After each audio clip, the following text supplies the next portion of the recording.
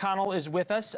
Take us through North Carolina and quickly to Georgia, where it's still out. It is. There's still some Democratic counties that we're waiting to come in that could make up the difference, so we haven't called it. On your point about North Carolina, it's interesting because we'll dig into the state here. You see it in red, and you're going to see the check mark next to Donald Trump's name after we've made the call that Trump got it done there. A lot of people thought coming in that maybe North Carolina was the better shot for Harris versus Georgia. Didn't prove to be the case. Just didn't get the margins that she needed to. She needed to really run up the score in the big Democratic areas like a Mecklenburg County, which is Charlotte. See, a little bit short. See, Biden 2020, 66.9, Harris 64.2. Raleigh, Wake County, another big Democratic area. She actually did okay there. We've been looking at some of the red counties that are also in that area. I know Chris has brought up Nash County a lot. That's a good performance there, more working class area. So Nash County, so Raleigh's here in Wake. This is a highly educated area, highly Democratic area. Research triangle. Yep, and right next door, you got a little more working class area with Nash County that Starwell talked about a bunch of times.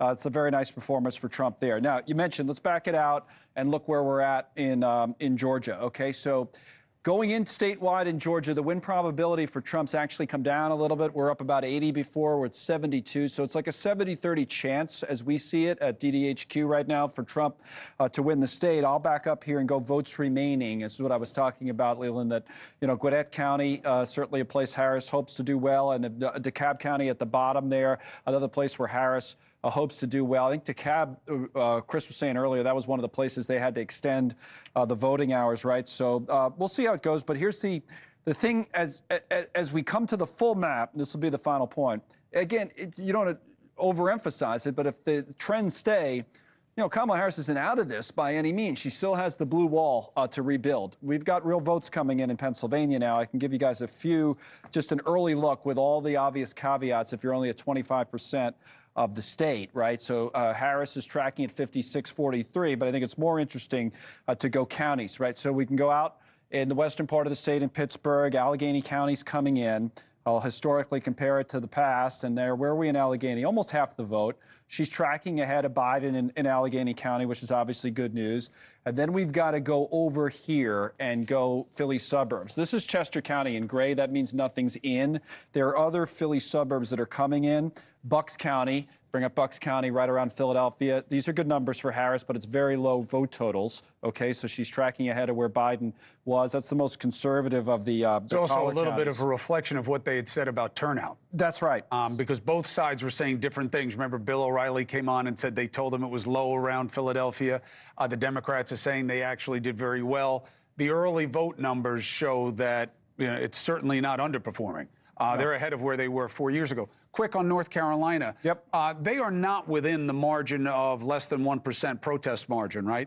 North Carolina, the person who loses by less than 1% can file. She's not within that range, though, right? No. So Donald Trump's now with 54% of the vote in, and I know, I guess was it O'Reilly was saying earlier they thought they win by 3, but 51-1 to about 48 right now. So the margin would have to be under 1% for Harris to be able to protest. She's nowhere near that.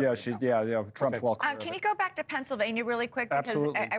we were just talking about the vote turnout around Philadelphia. It was she really needed to bank a lot of votes. Yeah, we have some Philly votes, like Philadelphia County itself, like inner city Philadelphia coming in, that I can bring up for you just to see where we're at in terms of mostly just to explain to our audience, to offset a lot of the red rural parts of Pennsylvania that you're seeing in that map of the state. James Carville famously described as Alabama between Pittsburgh and Philadelphia. I mean, her numbers, Pennsylvania. Her numbers are good in Pennsylvania. I mean, so far it's early, but those numbers are good. I mean, you're tracking ahead of there, and it's like in the Pittsburgh area. Even when we go out there to these red counties, it's like, where's Trump's numbers going to be in a place like we've talked Westmoreland earlier, and so far he's a little below, right? So if Trump's a little below his numbers in the red and Harris is above her numbers in the blue, that's the night she's going to want to have. Now, I said obvious caveats at the beginning, you know, for the reason that it's early. It's 25% of the votes in. A lot of this could be early vote. The weird part about Pennsylvania is they're county by county.